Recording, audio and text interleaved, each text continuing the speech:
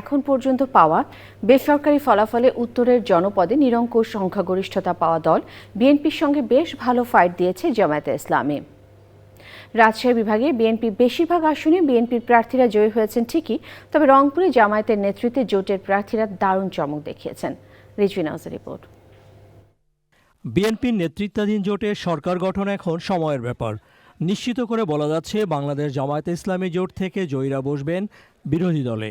তবে এমন সাদামাটা কথায় দুই দলের দ্বৈরথ, মাঠের লড়াইটা প্রতিফলিত হচ্ছে না। বিশেষ করে উত্তরবঙ্গের রাজনৈতিক সমীকরণটা বেশ গোলমেলেই হয়েছে। আমাদের হাতে আসা সর্বশেষ তথ্য অনুযায়ী রাজশাহী বিভাগে বিএনপি ৩৯টি আসনের মধ্যে ১৭টি জয় পেয়ে এগিয়ে থাকলেও রংপুর বিভাগে ৩৩টি আসনের মধ্যে ১৩টিতে জয় তুলে আধিপত্য দেখিয়েছে জামায়াতে ইসলামী।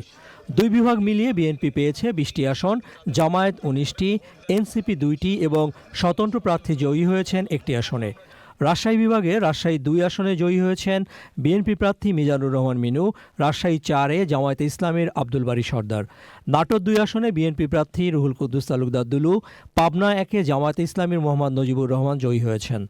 বিএনপির দুর্গ বগুড়া ৬ থেকে দলটির চেয়ারম্যান তারেক রহমান জয়ী হয়েছেন। বগুড়া ১, ৩, ৪, ৫ এবং ৭ আসনে জয়ী হয়েছেন যথাক্রমে বিএনপির কাজী রফিকুল ইসলাম, আব্দুল মহিদ তালুকদার, মোশাররফ হোসেন, গোলাম মোহাম্মদ সিরাজ এবং মোর্শেদ মিল্টন। দিনাজপুর ১ ও ২ দুটি আসনে জিতেছেন বিএনপি প্রার্থী মঞ্জুরুল ইসলাম এবং সাদিক রিয়াজ। দিনাজপুর ৫ আসনে জয়ী স্বতন্ত্র প্রার্থী এজেডএম রেজাউনুল হক। নওগাঁ ৩, ৪, ৫, ৬ আসনে জয়ী বিএনপির ফজলে হুদা এবং ইকরামুল বারী টিপু, জাহিদুল ইসলাম ধলু এবং শেখ মোহাম্মদ রেজাউল ইসলাম। জয়পুরহাট ১ আসনে জয়ী হয়েছেন জামাতের ফজলুর রহমান সাঈদ, জয়পুরহাট ২ থেকে বিএনপির আব্দুল বারী। পঞ্চগড় ১ আসনে বিএনপির নেতা সার্জিস আলম পরাজিত হয়েছেন বিএনপি প্রার্থী মোহাম্মদ নওশাদ জামিরের কাছে। পঞ্চগড় ২ আসনে একই দলের ফরাদ হোসেন আজাদ জয়ী হয়েছেন।